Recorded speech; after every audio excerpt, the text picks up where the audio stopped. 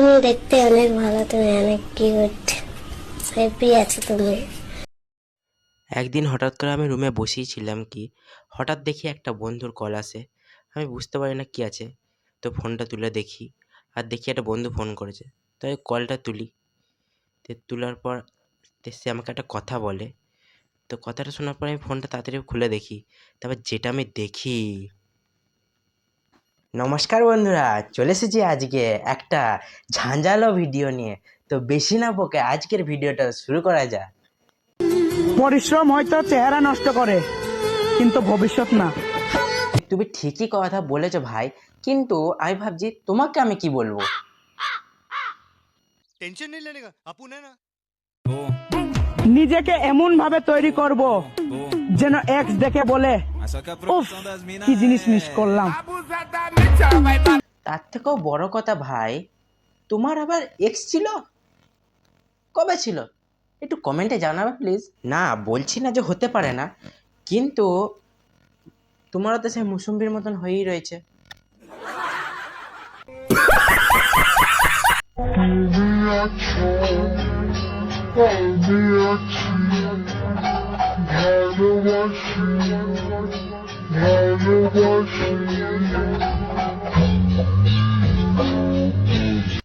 আচ্ছা দাদা, তুমি কেন এই বয়সে এসব করতে যাচ্ছ বলো তো?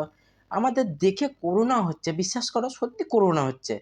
তাছাড়া কাকা, এটা কি তোমার দাঁত? তুমি এই ভিডিওটা পোস্ট করলে কি করে? বাচ্চারা দেখলে তো একটু ভয়ে মরে যাবে। বাচ্চাদের জন্য ভিডিওটা রাখো না দাদা। তাছাড়া কাকা, তুমি একটা কথা বলো, তোমার কি বউ পালিয়ে গেছে? তুমি আমার সোনা, তুমি আমার এই, তুমি আমার ওই, এসব কি হ্যাঁ ভাই? দাদা, একদিন আমার শাশুড়িও আমার দিকে তাকিয়ে বলবে, আমার মেয়ে এত কিউট একটা পুলা কেমনে পটাইল। দেখো না ছেলের, নিজে ঘরে একটা ঠিক করে একটা আয়না নেই, পেছনে টিনের চাল দেখা যাচ্ছে, আর আর চুলের কাটিং বেলায় 150 টাকার কাটিং। শাশুড়ি তোমাকে কি বলবে আমি জানি না, কিউট বলবে নাকি সেটাও জানি না, কিন্তু তোমার বউকে বলবে যে কোথা থেকে এই ঝাড়ুটা আনলি, ঝুল ঝাড়া 2 দিন হয়ে যাবে আস্তে করে।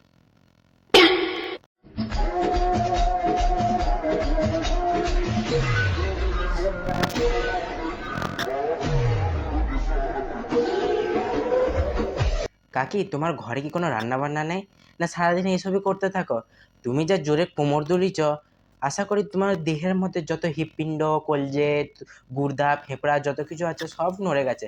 ওটা ঠিক হতে আশা করি তোমার 3 দিন লেগে যাবে। তাছাড়া কাকি, একটা কথা বলো তো, এই রোগটা কি তোমার জন্মগত ছিল, না কাকার চোটে পড়ে তোমার এই রোগ ধরে গেছে? गजब बेइज्जती है। গুড মর্নিং বন্ধুরা, কেমন আছেন? হ্যাঁ ভালো আছি, ভালো ভালো আছেন আছি, তো? ভালো আছেন তো? হুম।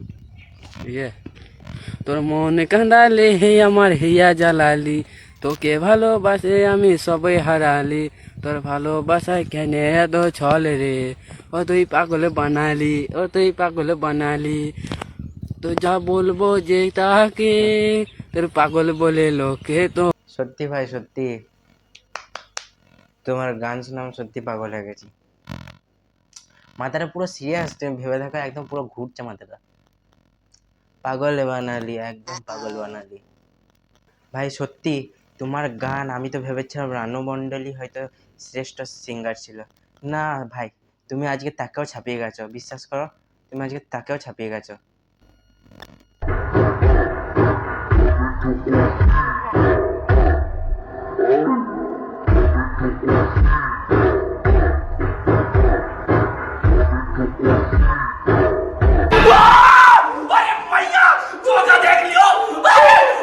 আচ্ছা দাদা, তোমার পেছনে কি কৃমি ধরেছে যে তুমি এমন করছো? পাছা দুলিয়ে দুলিয়ে দুলিয়ে দুলিয়ে নিজের জিন্দিগিটাই বরবাদ করে দিলে। তাছাড়া দাদা, তুমি কি ভাবছো তোমার এই হারকিউলাস বডি দেখে মেয়েরা একবারে ফিদা হয়ে যাবে? মেয়ে তো দূর, একটা বুড়ি জুটলে হয় কপালে। তাছাড়া দাদা, তোমার কি বউ তোমাকে কিছু খেতে দেয় না সারাদিন, যে তোমার এরকম একটা রোগে ধরে গেছে? ডাক্তার দেখাচ্ছি, বলছি শোনো, যাও ডাক্তার দেখিয়ে এসো। তো বন্ধুরা, আজকে যদি এই ভিডিওটা তোমাদের ভালো লেগে থাকে তাহলে অবশ্যই একটা লাইক দিয়ে আমাদেরকে একটুখানি মোটিভেট করে দাও, এবং ওই যে একটা কালো রঙের সাবস্ক্রাইব বটন দেখতে হচ্ছে, সেটা তুমি হাতুড়ি হোক, যে কোনো স্কেল হোক, সামনে যাই পাও সেটা দিয়ে ঠুকে মেরে দাও, এবং যেন সেটা ক্লিক হয়ে যায়। ঠিক আছে? তো আজকের জন্য ভিডিওটা এতটাই। নেক্সট ভিডিওতে তোমাদের সাথে আবার দেখা হচ্ছে নতুন কিছু মিম নিয়ে। তো